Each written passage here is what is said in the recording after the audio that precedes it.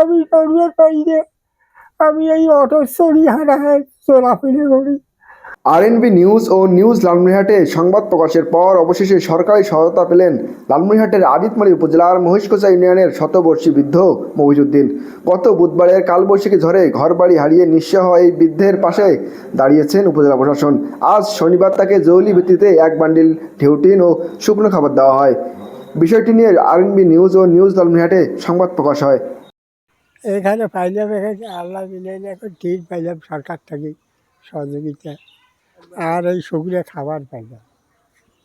বাড়ির আবার খুবই সমস্যা, বাড়ির এখনও ভয়াবহ, এখনও আরও গাছ আছে, কি হবে দেখি সে গাছ কাটি ফেলবো, থবো না আর গাছ থবো না, ওই অবস্থায় আছে গাছ এখনও।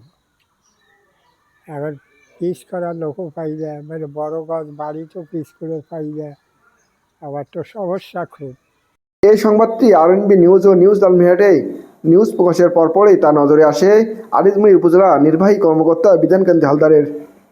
তিনি তাৎক্ষণিক প্রকল্প বাস্তবায়ন কর্মকর্তাকে ঘটনাস্থলে পাঠান এবং আজ এই সহায়তা সামগ্রী তুলে দেন।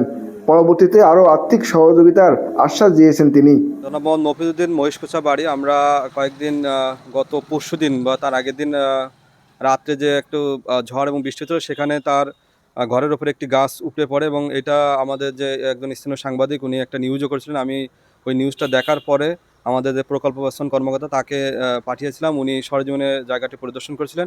পরবর্তীতে আমরা ওই ব্যক্তির সাথে যোগাযোগ করেছিলাম, যোগাযোগ করে আজকে ওই ব্যক্তি এসছে, তাকে আমরা এক বান্ডিল টিন এবং একটি শুকনা খাবার দিচ্ছি এবং পরবর্তীতে আর যদি কোনো আমরা আর্থিক বা অন্য কোনো সহায়তা পাই তাহলে তাকে সহায়তা করতে পারবো।